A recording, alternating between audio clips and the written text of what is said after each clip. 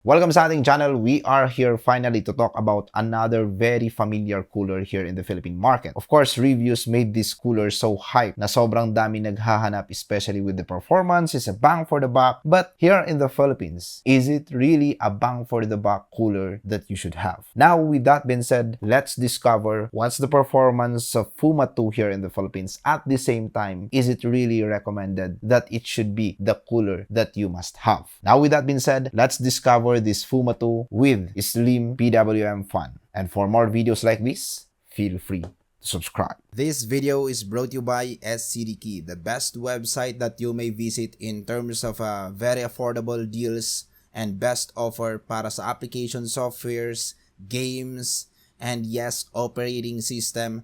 And there you are, you may check the Windows 10 Pro, and by using our promo code, ma-avail mo lang siya ng around $14.95 or 700 plus pesos. That's it mga kaibigan. Check the description below. May mga links po tayo dyan to go directly sa kanilang website. Now, before we will talk about Scythe Fuma II, konting history lang about the distribution of Fuma or Scythe here in the Philippines. Na-distribute na to back then pa. Before 2015, meron na sa Pilipinas ang brand na Scythe. Pero mga around 2017 or 2018, medyo nag-give up yung ating distributor ng Scythe here in the Philippines dahil nga po wala siyang masyadong kumbaga sales or demand. At the same time, back then, kumbaga hype na hype ang mga Noctua. Of course, pagdating sa budget, we have there the ID cooling and the deep cool. So, Scythe was a brand that is really good pero hindi siya interesting sa mga consumers. The design and then the reviews, walang masyadong info about this brand and their products. Kaya here in the Philippines, diniscontinue siya ng one of the distributors na unang nagparating ng Scythe na brand. Now, recently, the new distributor of Scythe reached out sa atin and he wants to talk about this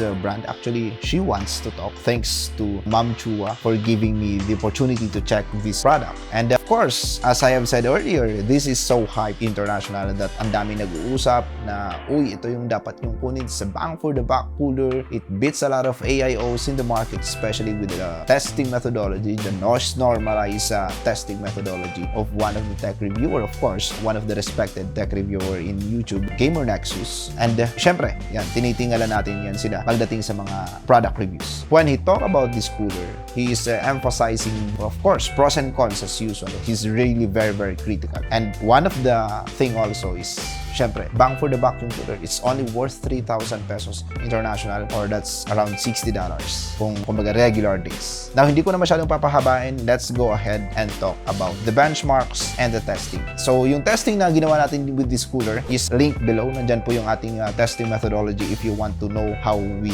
created or gathered all of those data and also the scenarios on how we set up the room for this CPU air cooler testing. Now, let's talk about the graphs. The first graph is all about the max RPM, where every fans or all fans of this cooler is at a max RPM. So we have here a regular 120mm fan and then another slim type 120mm fans pagdating sa kanyang primary. Kumbaga yung setup niya kasi syempre push-pull. So yung una niyang fan is slim, which is a very good idea for better clearance pagdating sa RAMs, and then the height is also 154mm. So rest assured na most of those micro ATX or ATX chassis here in the Philippines, mag-fit itong Fuma II. But the max RPM, as you have seen there, hindi ganun kaganda yung kanyang ranking, pero it's acceptable dahil nga, if you will compare Fuma II with other air coolers sa ating list, it's almost on par, or if it's inferior, maybe just 1 or 2 degrees Celsius. Ibig sabihin, this is not yet at his full potential. Now, going on sa ating 100 watts max RPM,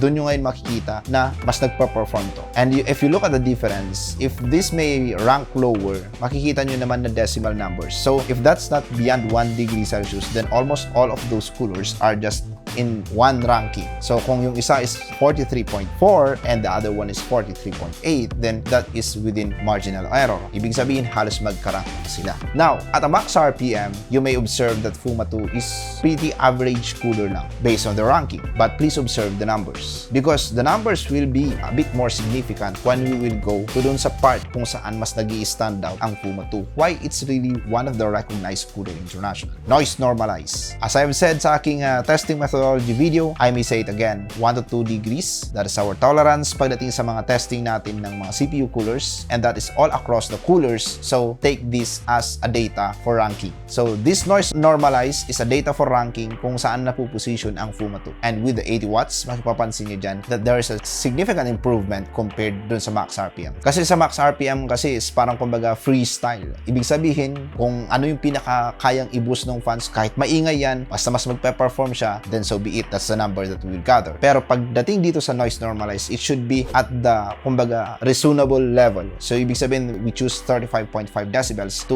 rank all of these coolers pagdating dito sa testing. And makikita natin that Fuma 2 is also one of the coolers that we slightly adjusted yung kanyang fan speed dahil sobrang silent niya at a max RPM, to be honest. So when we adjusted the noise normalize setting, ito po yung may pinakamababa ang adjustment. From 100%, we just adjusted to 93%. And where the rest is at around 90% or 85% or maybe even worse at around 60%.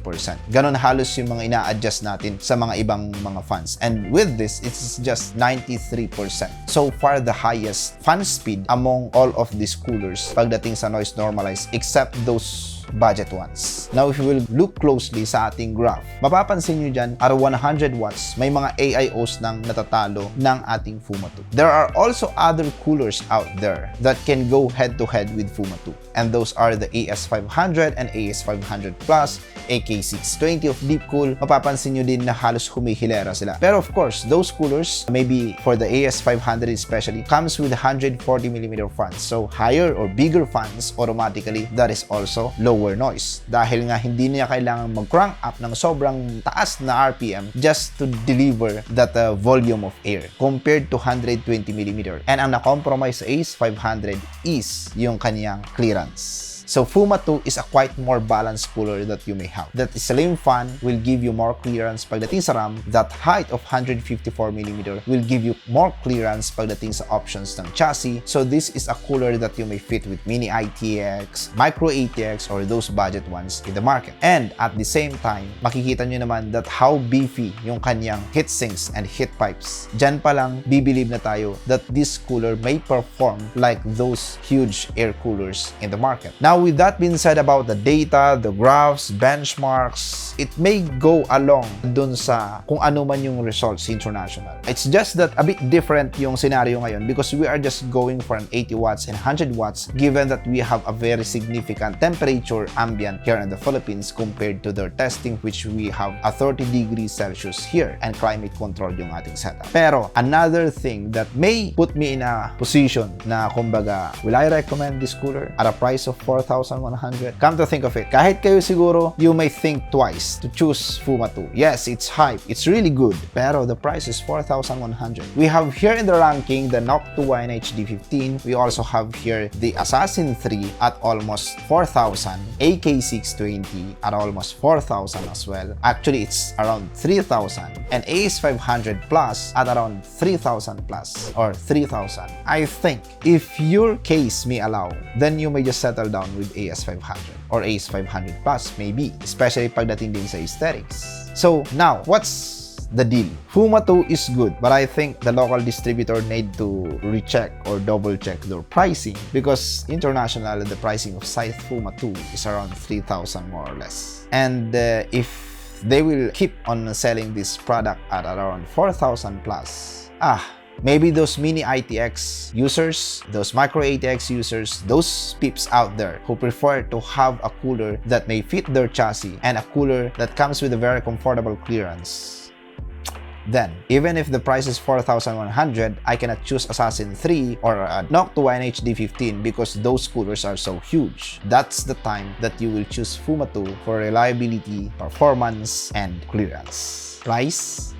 You may think about that. Now, with that being said, hopefully you like the review. We will go more or deeper about this Fuma 2 soon with higher wattage settings. Pero as of now, I need to be a bit conservative given the temperature and also given the comparison since we are also trying to have those budget coolers in the graph para mas magkakaroon tayo ng mas localized na setup ng comparison. My target kasi ngayon is to have you guys the info na most of those brands in our list are available here in the Philippines, both from budget to mainstream. So for more videos like this, feel free to subscribe and keep posted for more air coolers, CPU coolers, and the final roundup once na nakompleto na natin lahat ng list natin, including Fuma 2, Mugen 5, and other different Scythe products in the market. Keep posted, more products to be included. Thank you.